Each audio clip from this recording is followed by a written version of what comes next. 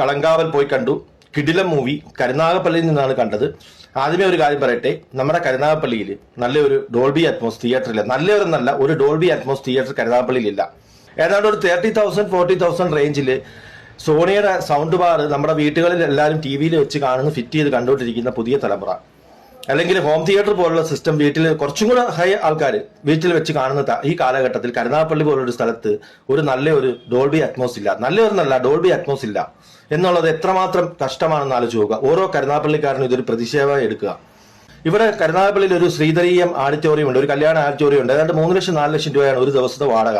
അത്രയും വലിയ ഓഡിറ്റോറിയങ്ങളുള്ള, അല്ലെങ്കിൽ സ്വർണ്ണക്കടകൾ, അല്ലെങ്കിൽ തുണിക്കടകൾ ഏറ്റവും കൂടുതൽ, അതായത് ഈ പറഞ്ഞ കായംകുളം, അല്ലെങ്കിൽ ഭരണിക്കാവ്, അല്ലെങ്കിൽ കൊല്ലത്ത് കൊണ്ട് നീണ്ടകര, ഓച്ചിറ, അവിടുന്നെല്ലാം ഈ പറഞ്ഞ ചവറ, അവിടുന്നൊക്കെയുള്ള ആൾക്കാർ, സകലമായ ആൾക്കാരും വന്ന് സ്വർണം മേടിക്കാൻ, തുണി മേടിക്കാൻ, അല്ലെങ്കിൽ കല്യാണ ഓഡിറ്റോറിയങ്ങൾ, ഇതിനെല്ലാം കരുനാഗപ്പള്ളി ആശ്രയിക്കുന്നു. പക്ഷെ കരുനാഗപ്പള്ളി എന്ന് പറഞ്ഞ സ്ഥലക്കാർക്ക് നല്ലൊരു സിനിമ കാണാൻ ഒരു ഡോൾബി അറ്റ്മോസ് തിയേറ്റർ ഇല്ല.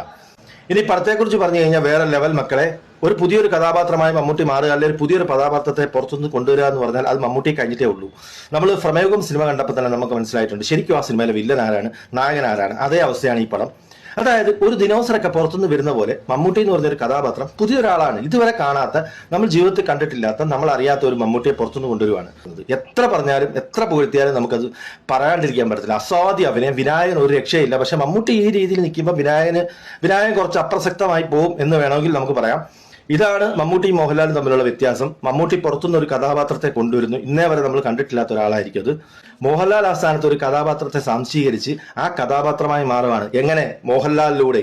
അതായത് ലാലേട്ടൻ തോളി ചരിഞ്ഞ് ലാലേട്ടൻ്റെതായ ഫുഡ് കഴിച്ച് ലാലേട്ടൻ്റെ നടത്തം കാര്യങ്ങളൊക്കെയാണ്. പക്ഷെ അവിടെ സേതുമാധവനായി മാറുന്നു. പക്ഷെ മമ്മൂട്ടി അവിടെ അങ്ങനെയല്ല. ഫോർ എക്സാമ്പിൾ ഒരു ദിനോസർ വരികയാണ്. ആ ഒരു ആക്ടിങ് എത്രയോ വർഷങ്ങളായി നമ്മൾ മമ്മൂട്ടിയെ കുറിച്ച് പറയുന്ന അതേ കാര്യം തന്നെ ഇന്നേ വരെ കാണാത്ത പുതിയൊരാള് വീണ്ടും വന്നിരിക്കുന്നു. കളങ്കാവൽ ഒരു രക്ഷയില്ല. Super movie.